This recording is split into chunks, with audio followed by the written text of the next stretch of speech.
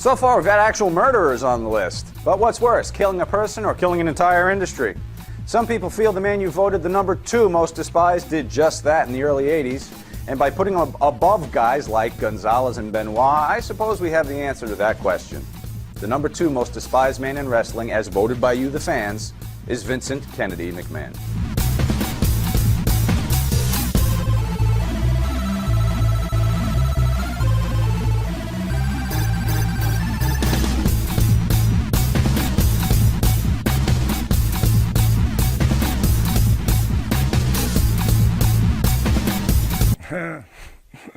So Eric Bischoff must be 1. God, I mean, I love him. Vince is probably despised, but Vince is a pimp. Vince is the biggest pimp on record in the world. The ring is the track, and we the hoes. I guess his name's going to be on that list because there are so many people out there that just cannot fucking look in the mirror and take responsibility upon themselves for their shortcomings and their failures.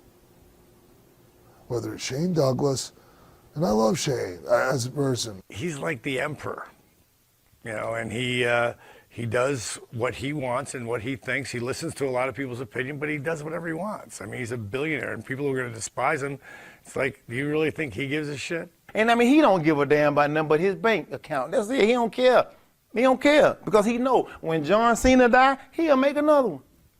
See, that's, you know, I kind of fall a little under that Vince McMahon syndrome because do you hate the guy or do you hate the character? I mean, everybody hated the character. If you know the guy, and probably very few people on that list do, he's not a hateable guy. I mean, I don't think there's much to hate about Vince. I mean, you know, sure, he's got more money than me, and he's got things that I'd like to have, but that doesn't make me hate him. I guess if you're a horse and the guy that rides you goes to the whip a lot, I guess it depends on your payday. Vince was cool with me. But hey, when people hate Donald Trump too. When you're the best, when you're at the top of the heap, people are going to hate on you. I can see how some wrestlers, and these are wrestlers, and even the fans can think that it's the right thing to do to hate Vince McMahon because obviously he plays an evil character on TV. Obviously, he's a ruthless businessman, which is an extension on TV of what he really is. He's ruthless. He has to be ruthless, and he has to be competitive at his core, like a force of competitive nature, like Tim Tebow, even though one's the devil, one's Christian. They say shit about Vince because they're no longer there making money. And it's his fault because he was too stupid not to see so-and-so had, you know, the ingredients all along, and if only they would have just pushed him a little harder, he would have been the next Stone Cold or the next Rock. You know, that's what all these fucking guys think. Same thing as Johnny. I mean, position of power, sure you're going to despise him. I think, again, like John Laurinaitis, if he's fired you, you might have something against him, but I mean, the man has made people a lot of money, and he looks after everybody. I mean, he's opinionated. It's his business. He rules the world of wrestling. But no, I don't see how anybody could, after working with him and earning a lot of money from him, that you could hate him, despise him. To me, that's wrong. You can say what you want about him. The cat did something that he almost failed too. You know, again, he was at the end where he was pulling all the strings together and, you know, made it happen at the last, you know, possible minute. And, you know, you say what you want, but he makes shit happen. I was his golden girl. He always treated me fantastically.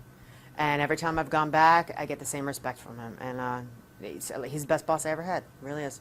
When your hoe done got so many miles on her little snatch, they push him out the way and bring in some new hoes. And whatever Pimp Master Vince say, you go do it. Please, Mr. Vince, I'll do anything for you to keep my job. Mammy. Thanks, Vince. Thanks, dude. You gave me a great career. I got paid to see the world on your dime. You gave me a chance to give my grandmom the last 2 years of her life. But I would like to work elsewhere. You know, I would love to, you know, go to another TV company. There's one I could go to, but I'm not old enough. He's competitive, and he wants his business to be successful, and he'll do anything to do that. And who can blame a guy for that? I mean, if you're a great businessman or if you're a very ruthless businessman, there's going to be collateral damage. There's going to be people that fall by the wayside. There's going to be disgruntled employees, or independent contractors, I should say. As a wrestling fan, I can see where people would say Vince McMahon, number 2, most despised guy, for killing the territories and making WWE the place to work. I can see where some wrestlers might despise him for that too, for just the fact that my friends who aren't wrestling fans, like I have friends who are musicians. I'm like, imagine being a band and you want to get signed to a label, and there's one fucking label. You could be a rock band, a reggae band, a rap band.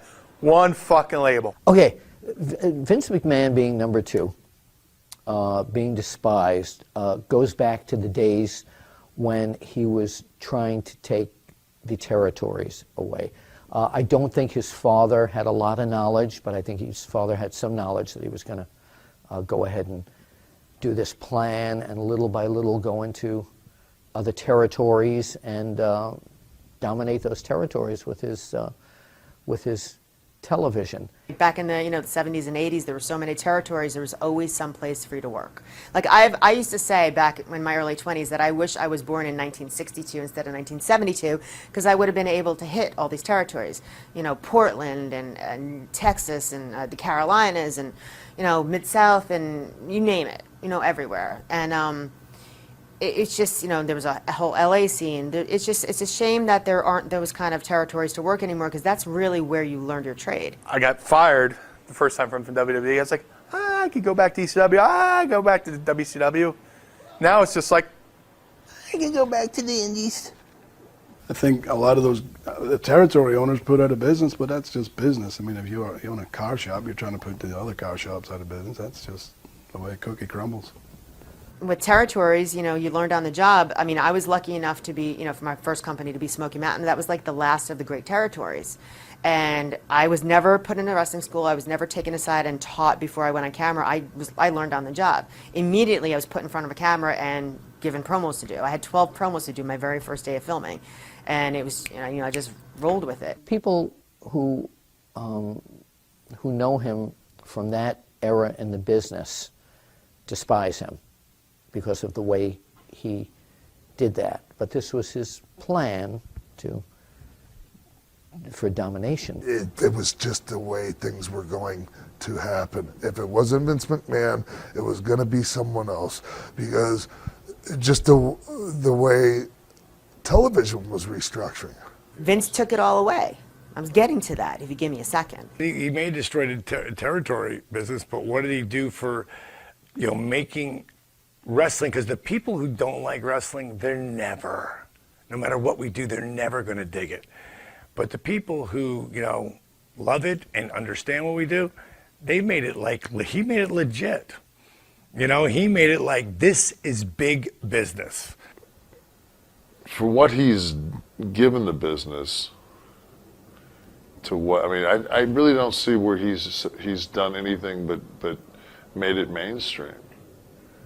We're not perceived as much, in my lifetime, we're so much less of the redheaded stepchild than we were when I broke in. You can despise him for what he did back then, but as the current person who runs this current company and people that do sports entertainment, professional wrestling, if you get in there, you're taken care of. And all these people that bitch and moan that, I'm traveling, this and that, look at the money you're making, even if it only lasts a year.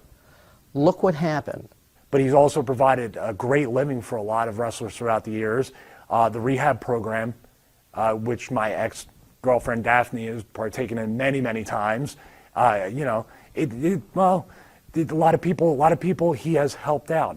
A lot of times I think there's still some legends that he pays, you know, a little salary to weekly, you know, after their tenure with WWF, WWE. So you can say all he wants. I've seen Vince do a lot of good things as well as the evil things that people always seem to concentrate on. I look at what I worked at and when I walked in that door at 93 and I walk in at 2013, 2012, and look at the growth and the unbelievable conglomerate that thing has become. There's an old book on wrestling called Fall Guys. Have you ever heard of it? Marcus Griffin wrote it. And it dates back to the early days of when wrestling was still a shoot and how it kind of, you know, turned into fucking the mob. You know, I mean, it turned into basically a monopoly. And to where, like, I mean, people were being threatened physically, you know. So things have changed a lot since then. As the boss of that company, he has taken care of a lot of people, and guys that were making $75 a night in some of those little territories that he overran are now making 6 figures and more. I can see where fans would say Vince is #2 most despised, but it's a double-edged sword. He killed a lot of places where I could work, but again, he also employed me and gave me an opportunity to make a great living. People will forever know who I am, especially now that, you know, he owns the ECW library and, you know, I'm always on WWE Classics on Demand. But it's a double-edged sword. #2 over two murderers. I don't agree with any of them, though.